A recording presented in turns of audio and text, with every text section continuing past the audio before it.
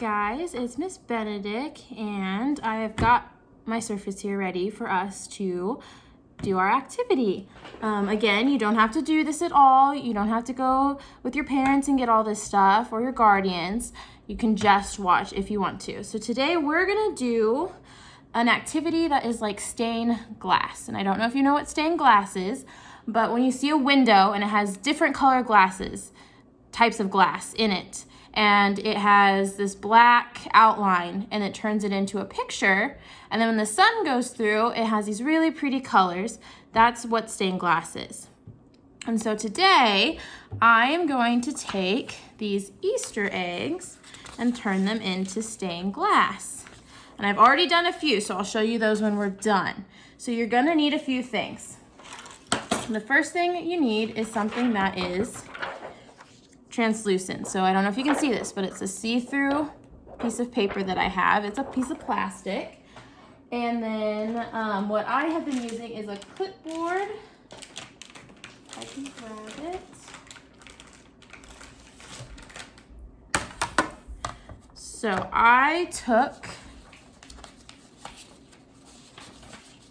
we'll do this one together real fast. I took my printed out Easter egg and my clear sheet of paper and held them together like this. So here is my Easter egg. To make the black outline, you're going to need this paint right here and glue.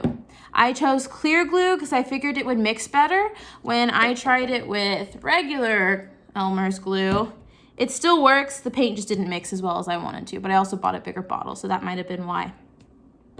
And then this way, you take half of the glue out of the bottle and fill it with this, with the paint, the black paint. And then you shake it up really, really, really, really good, and it turns the paint black. And what we're gonna do, and this is gonna be upside down for you. Miss Benedict hasn't learned how to do a video the right way, but trust me, she will the next time.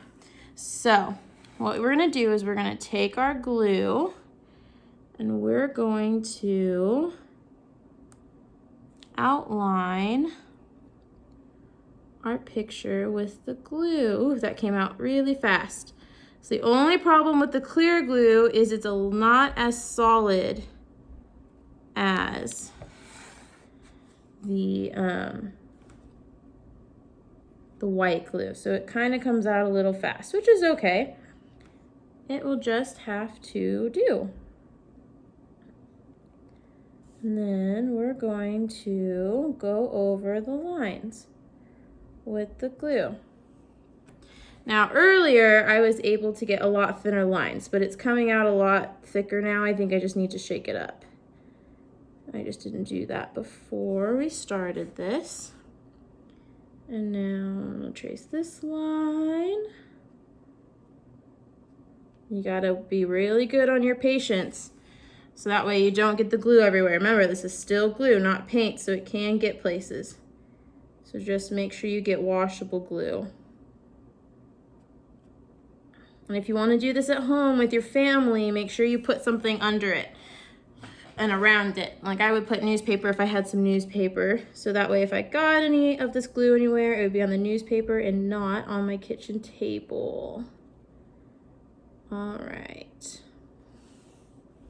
And so we're just gonna keep tracing these lines.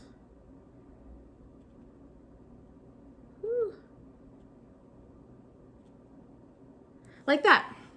Now I have already done a similar one last night and let it dry, because this is a kind of a 2-day project because it takes a while for the glue to dry.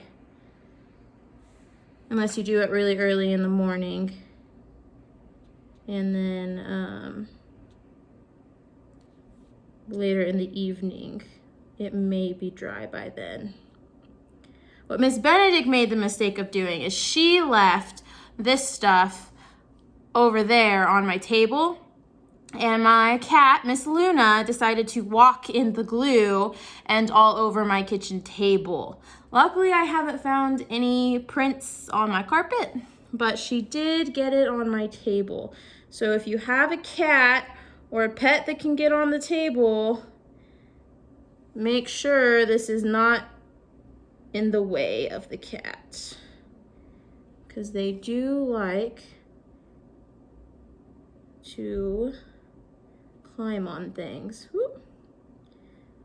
See that? I made a little mistake over there, but that's okay. I'm not gonna fix it because it'll be all right. It does not have to be perfect. And I've already done quite a few of these, so I've tried really hard to do my best. So it might take you a while to get really good at this, and that is okay. And then I'm gonna finish the outline. I'm gonna go slowly so I don't mess the glue up. And there you go. All you have to do to find these prints is Google them on the internet and print one out. And so then I will pull this off, and there's my Easter egg on this clear sheet. And it looks kind of cool when I pick it up because it's like right there. But I'm not gonna tilt it so you can see it, because if I do that, then it might move the glue. So I'm gonna leave that on my clipboard to dry. This way it won't get moved. And then we'll go and look at one I did yesterday. Yesterday I did this one right here. And as you can tell, the glue's dried, it's flattened out.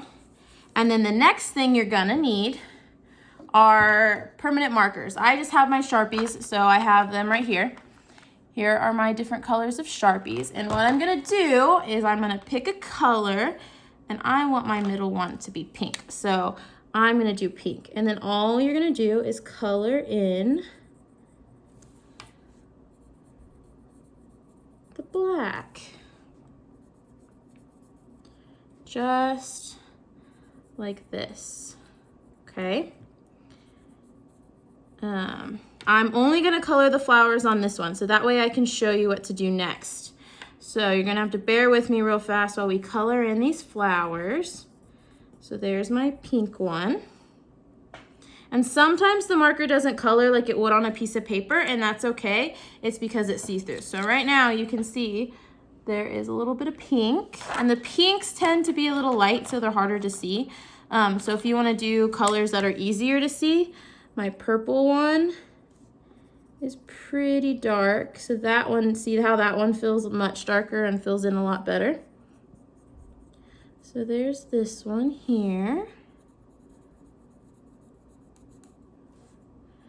I like this one because I like the flowers on it. And my favorite thing to do in the spring is plant flowers with my grandma. So I'm gonna do the same color on this side too, and then pick a blue color for my top flowers.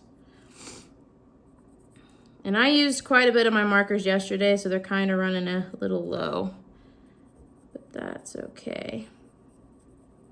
Remember, if you color with the side of your marker, it colors a lot bigger strands than if you color with the tiny little tip. You don't want to take that long. You want to put it on the side so it hits a lot faster. And then we'll grab a blue. Let's see if this is the one I want to use. Yeah, we'll use this one right here. And color in our bottom two flowers. And then I would probably color in these big pieces around, but since that's gonna take us some time, I'm not gonna do that with this one. And you can turn your paper any way you need to get that coloring done, and try not to color the black because you don't want to accidentally get some of the glue on your marker. But it's dry, but sometimes it can still get on there. And then we'll do this one up here, color that in. And the reason you use Sharpie is because it will stay on the piece of paper better, because it is a permanent marker, but it also, the ink is a little see-through when you color because it's thin. And my marker just doesn't want to work on that one. I'm gonna blow on it a little bit to dry and then come back over this one with it a little bit and see if I can get a better color. All right, that's as good as my marker's gonna let me do. And then I'll do a little bit of green color right there in the middle of those flowers. All right, so there is my stained glass egg, my Easter egg. And then what you're gonna need next is a pair of scissors, and you're just gonna cut around the egg. So let me do that real fast.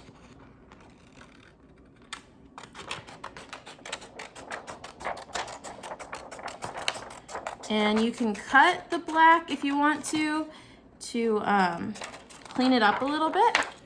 I did that on one, but I'm just gonna cut on next to the black. So that way I still have those kind of bumps, because that looks more like the stuff they use when they make real stained glass.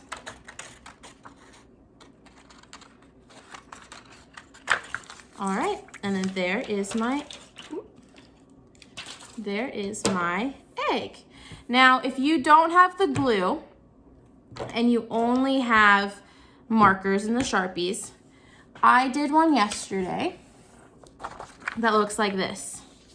And this one, ooh, it's hard to look at when it's not even. I did with just the black with a black Sharpie and then colored it in with my colors. And then when I undo it, it looks like this. So now when I go to tape these to my window, you'll get to see the sun shine through them. And you can put them on your window, you can put them on the door that has glass on it. Any glass at all would be really good for these.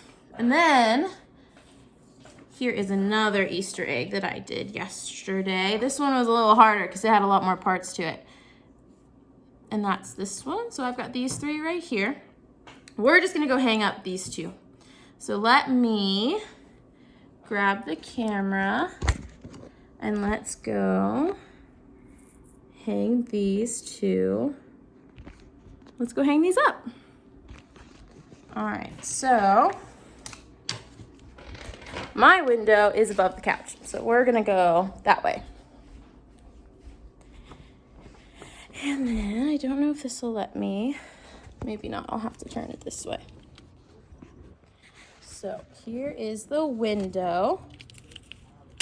And we're gonna use some tape to tape it on.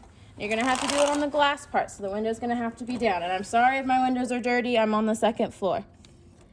But then here are my Easter eggs. Oh, and Luna is gonna come to say hi to us here in just a minute. But there are the Easter eggs, and this is what they look like, if I can get the camera on them right, when they are done. And I'll send a better picture for you guys to see when they're done. There you go.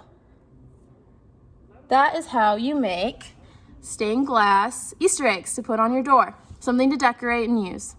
Thanks for watching. Bye, guys.